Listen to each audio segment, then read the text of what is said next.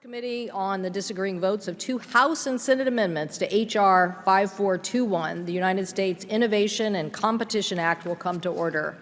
Before I get into the discussion of the process of this meeting and opening statement, I'd like to start by offering a welcome to Representative Eddie Bernice Johnson of Texas. She's unable to join us here today because of travel and medical reasons, but she will be joining us electronically. So welcome to you, Congresswoman Johnson.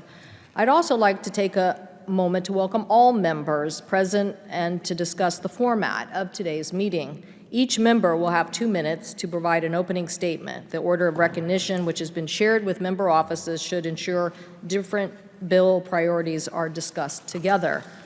Given that there are 107 members on the conference committee, a historic number for a bill that isn't an annual must-pass legislation, I will have to strictly enforce those 2 minutes so we can get through the conference hopefully by 2:15 today, when I know there are a series of House votes scheduled. If any member is unable to speak before 2:15, please notify us, and we will try to reconvene after those House votes at 4 p.m. And with that, I recognize myself for an opening statement.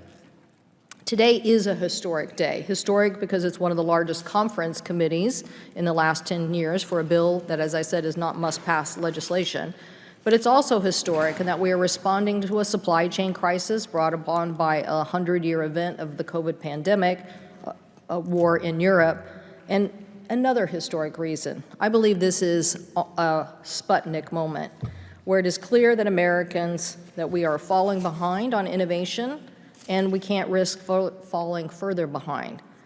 We know that R&D is less than 1% of our gross domestic product invested in federal research compared to 2% in the 60s. That 2% kept us competitive with innovations from DARPA, NASA, DOE, NSF, and helped us to win the Cold War. But today we are losing ground in a number of areas: semiconductors, artificial intelligence, pharmaceuticals, the energy revolution. But we are a great nation, and time again, we have proven that we can rise to this challenge. If we could come together in 12 days and pass a bipartisan CARES Act to restore our economy during the COVID crisis, I'm pretty sure we can resolve the issues between us on these two bills. I look forward to working with my colleague, Senator Wicker, who feels passionately about federal research dollars in areas of the country defined by EPSCoR, with Congresswoman Johnson, who has fought so hard on STEM education and NASA and making sure that we get an authorization, with Chairman Pallone, who's been a big advocate for strengthening supply chain, my colleague, Representative McMorris Rogers, who I know wants to talk about mineral issues and supply chain, and with all our House and Senate members who are here today to represent their particular views and perspective on these issues. So let's roll up our sleeves, strengthen America's supply chain, help drive down costs for Americans, and reinvigorate manufacturing here at home. That is what we need to do to help for the next years of global leadership and to build things right here in the United States of America. I'll now turn to my colleague, Senator Roger Wicker.